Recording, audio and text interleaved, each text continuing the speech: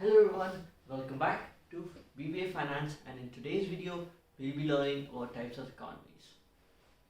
This is the last lesson of this chapter, and after this lesson we'll be going on to our next chapter, which will be central problems of an economy, right? So in this lesson we'll be studying what are the different types of economies, right? So before I start off, let's look at what is an economy, right? So it is a system where people perform various types of economic activities to earn a living. That is called an economy, right? So let me bring up my board. Right. So what is an economy, right? Let's say I'm let's say I'm a farmer, right? I'm a farmer.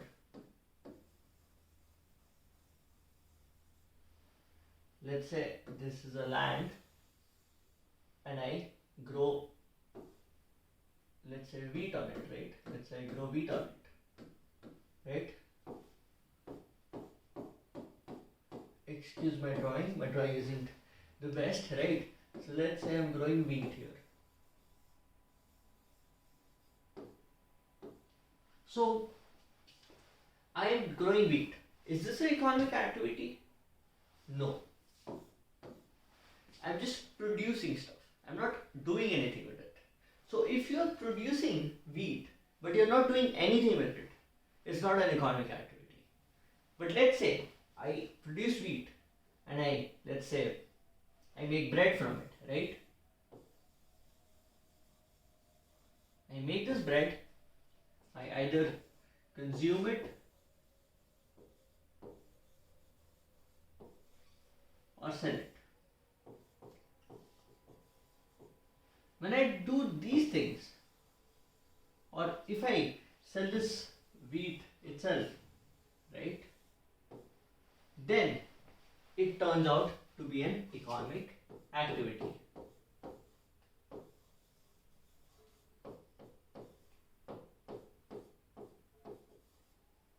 Right? So, what is an economic activity? Something which you consume or you can sell, right? Or you buy. Third is buy. You buy wheat, right? You can buy wheat or bread. Sorry, yeah. So, what was an economy? A system where people perform various types of economic activities to earn a living, right? So, there can be multiple types of economic activities. For example, agriculture,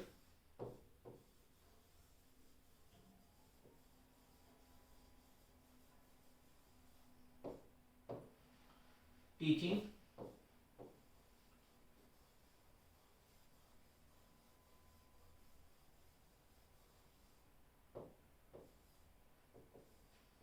any activity which you do which involves earning a living is called, and you do it in a specific area, and there are a lot of people doing it in a specific area, then that specific area will have its own economy, right?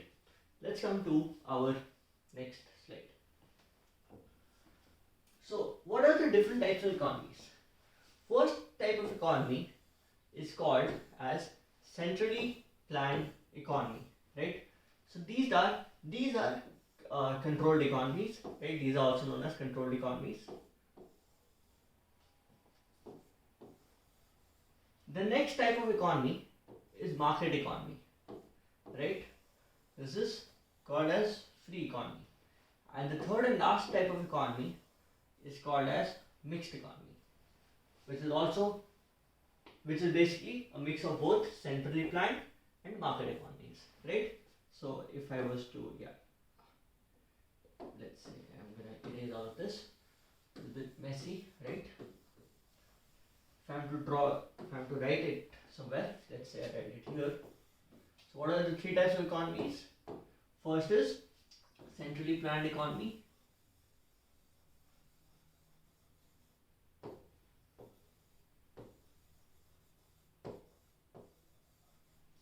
Second is free or market economy.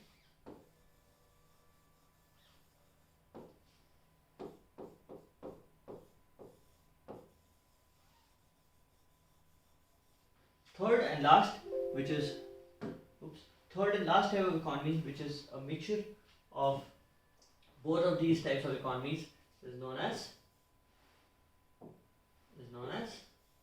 mixed economy.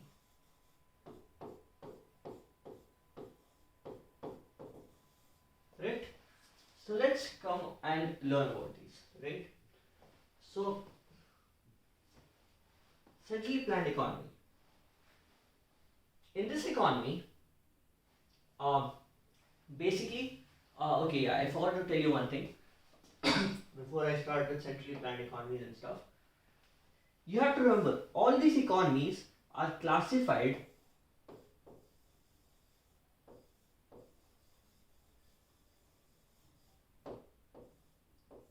on the basis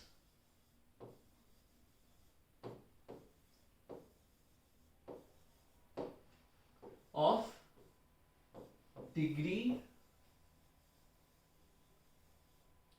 of control. Now, what is degree of control?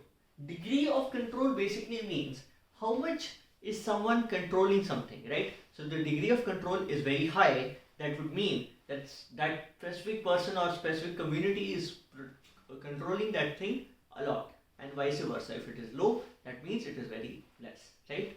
So now you might be asking, who is controlling these economies? Well, the answer you should know is the government, right? So degree of control of the government. Right? Now let's come to our first type of economy, which is centrally planned economies. So in centrally planned economies, the degree of control of the government, which where it says on the economic activities, is very high. Right? What does this mean? It means that the government controls what type of economic activity should you do and should you not do. What kind of economic activity should happen in this particular country and should not happen here, right? So that is in the hands of the government, right?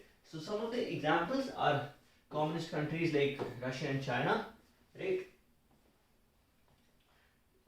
Let's come to our other type of economy, which is the market economy.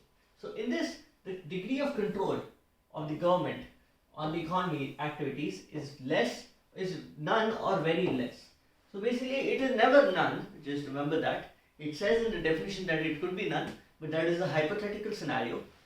In economics we assume a lot of things, we assume a lot of hypothetical scenarios, but in actual it doesn't happen, right? The current government obviously has some control on an economy, right? So it has little to very less control in these economies.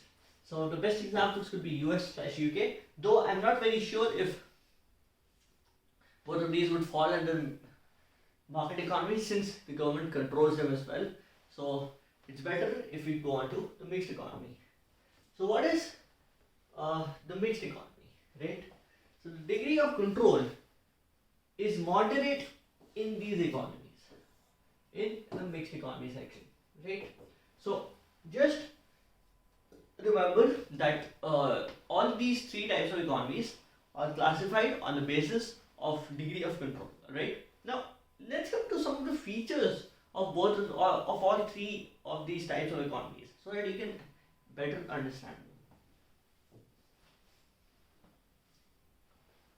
Right? I'm going to use green pen. Okay, so yeah, 1 second. Move this a bit here so it's easier for you to read. Right. So, okay, oh yeah, 1 second. Do one thing, I'll make this a bit small since you know this is difference, right? So I'll make this a bit small and I'll write what kind of economies. So this is central, oops, my bad, this is centrally planned, just try to write anyway, look good here.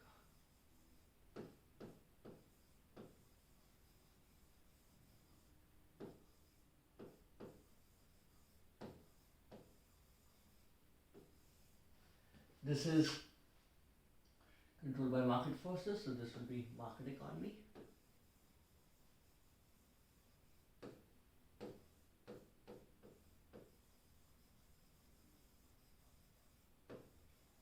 And at last, this will be mixed economy.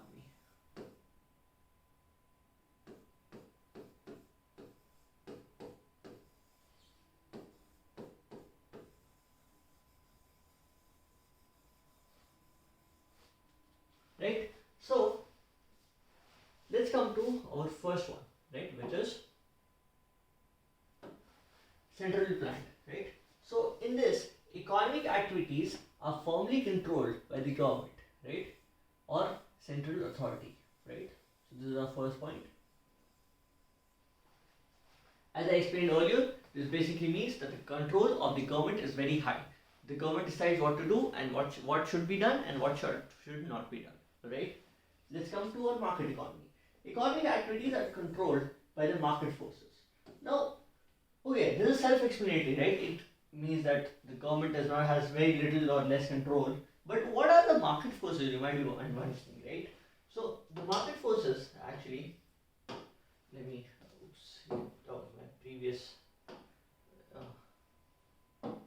Just finished recording the previous lesson as well, right? So yeah.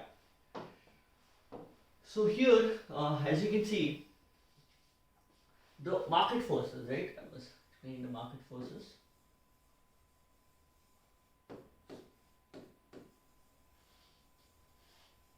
So to understand the market forces, I mean it is very easy, but I want you to understand deeply so that you will be the concept will be clear throughout for your entire life, right? So when you look at these two words, market and forces, what does this mean?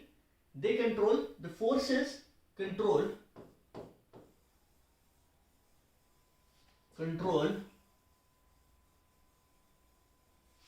the market. Now what does this mean? This means that there are some forces, we'll come to that, which control the market. Now what are these forces? These are basically two forces which operate in the market, which is demand and supply.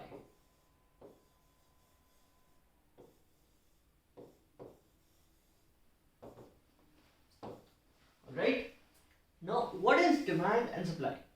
In simple layman terms, demand and supply. I'll first explain demand. Okay, yeah, two things. Yeah, and supply, right? So, to understand demand, you need to understand this from the consumer point of view. Now, what is a consumer? Consumer is like you and me, people who go somewhere, go to a shop to buy something, right? So, consumer, who is the consumer? Who buys a product or a commodity.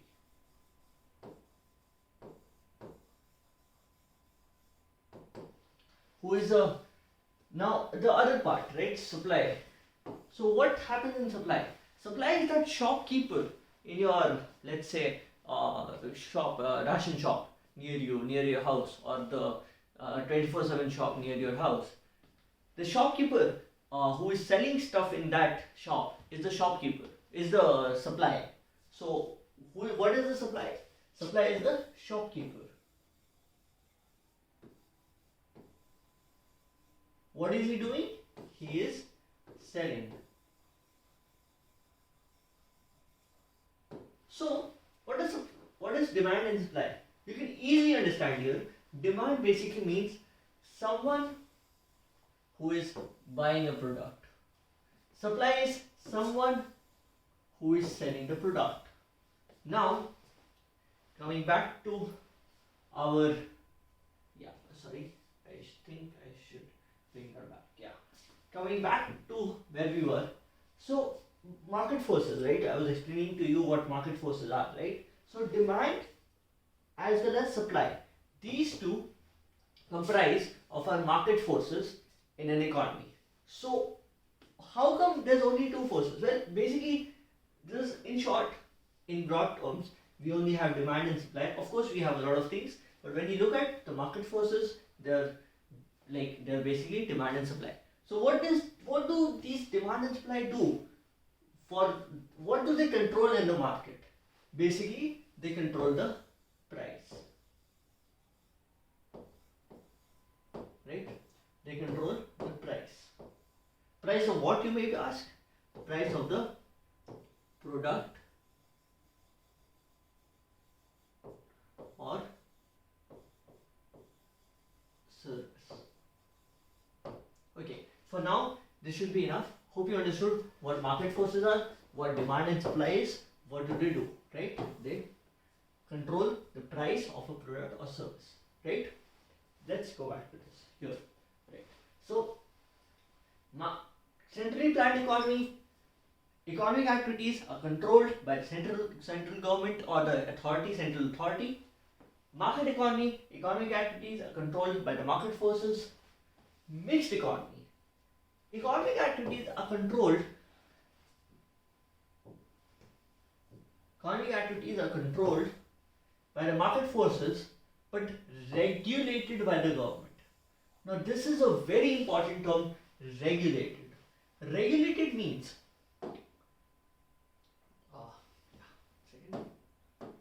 regulated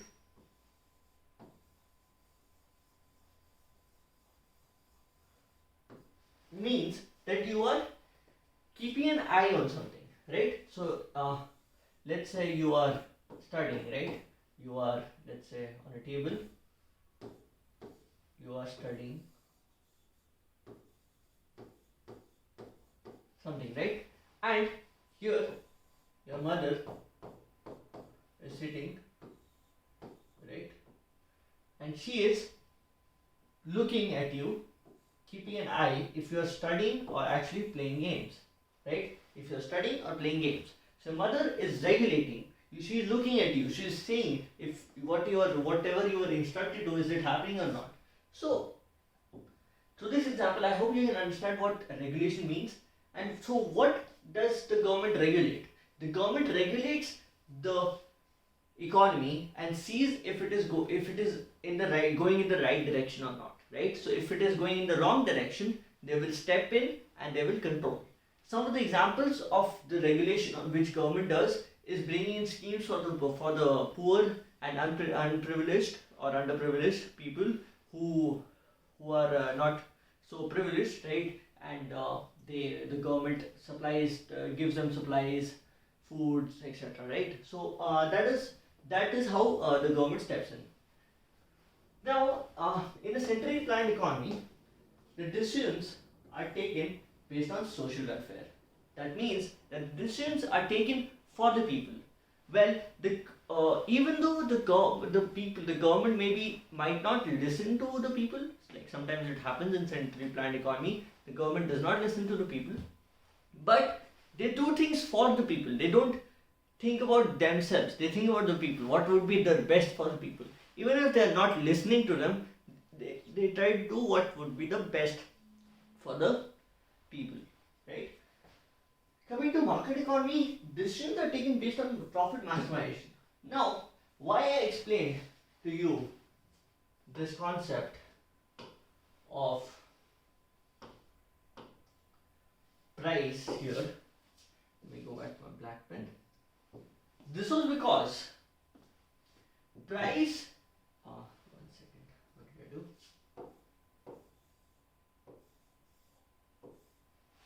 Right. So price is what determines how much profit someone gets. Right. So we come to a new concept which is called profit. Most of you should know what profit means, but for the people who don't know, I'll explain. Profit basically means how much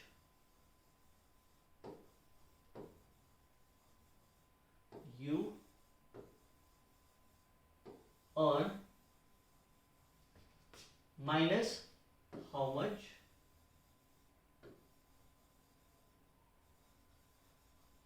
you spend. For example, if you, let's say you sold a chocolate,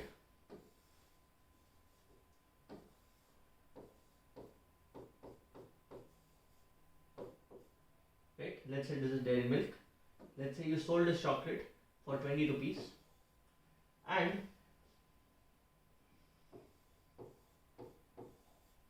you bought this chocolate for 15 rupees.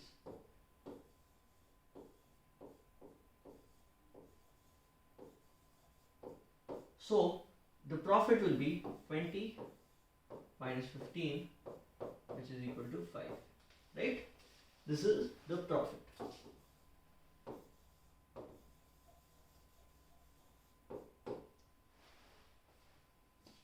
So it is not the income which is a profit, it is income minus your expense, right? So the decisions are taken based on profit maximization. What does this mean?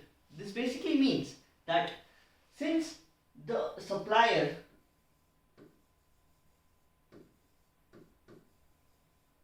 here is controlling the economy,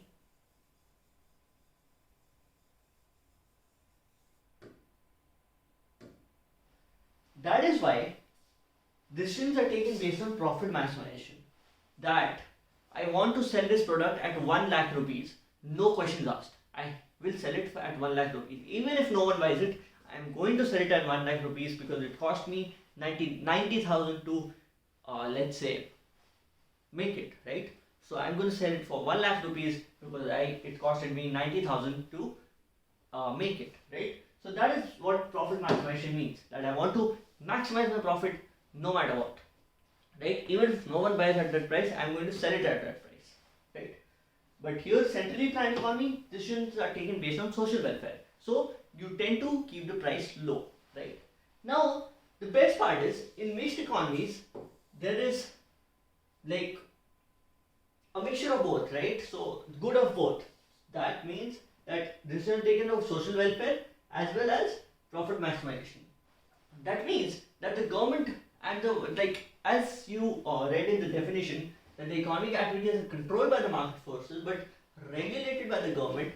It means that first it is given in the hands of the private sector, it is given to the market forces to make a product, sell it in the market. If let's say the sellers are not able to sell the product, the government sometimes buys it so that they are able to keep the sellers happy, right? Also, sometimes because the government wants you to sell at a specific price, let's say the price of,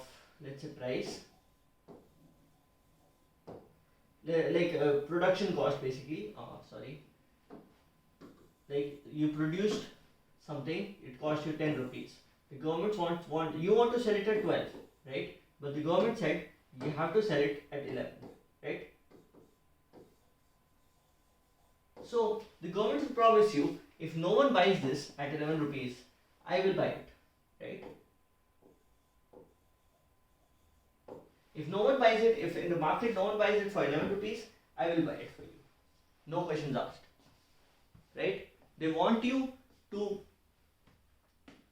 be happy and they want to work for social welfare as well as profit, right? Now I'm gonna erase some of this, right? Let's come to our third point. Government defines how the resources are distributed and sold. As I explained earlier, the government is controlling the economy in centrally planned and hence they are taking all the decisions. Market economy, goods are based on the preferences of the consumers. So you have to remember, the consumer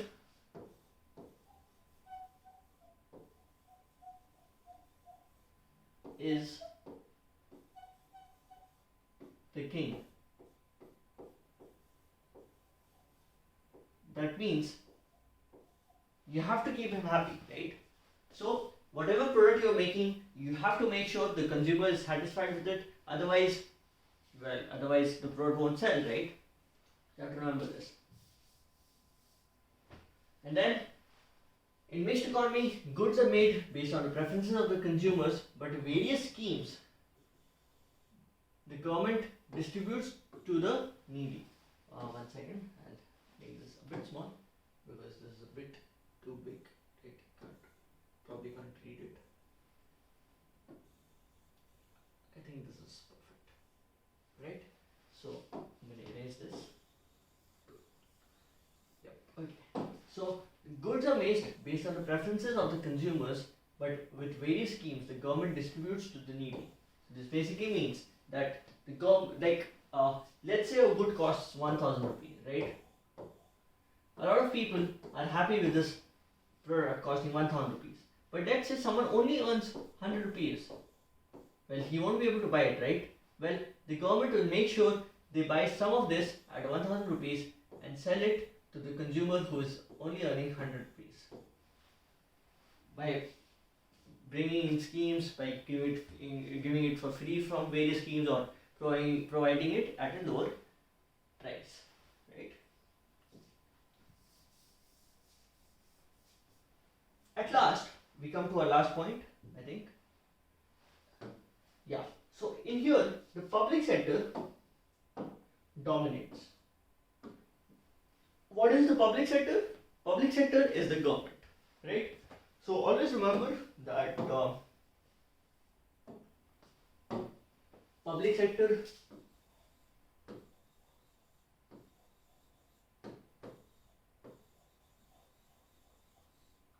means government,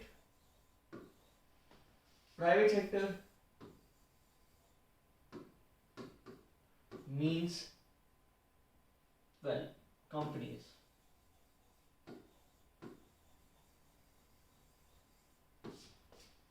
Companies not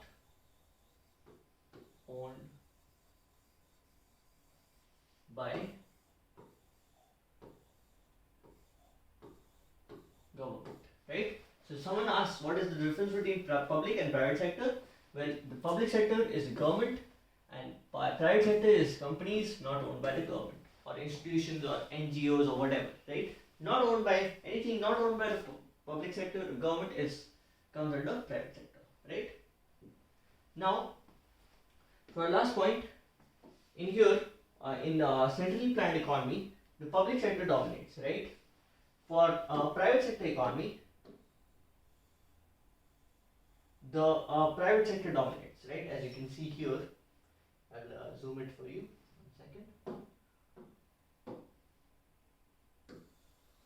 Here, the private sector dominates, right? But in here, let me remove this. Let me bring this back down. Yeah. Here, both public and private sector work together. So the best example for this would be, well, it could be anything, right? So anything where the public and private sector both have an ownership is where both public and private sector work together, right? So as you know, in the Indian economy, railways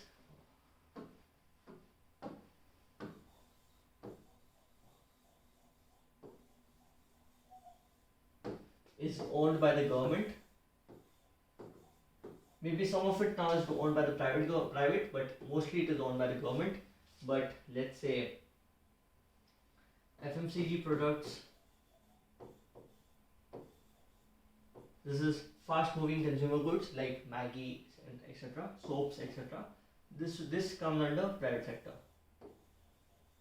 Even government produces some of this, right? So FMCG is the best example for private sector and public sector both, right? So in mixed economy, both private sector and public sector work together. In market economy, private sector dominates, and in centrally planned economy, only public sector dominates.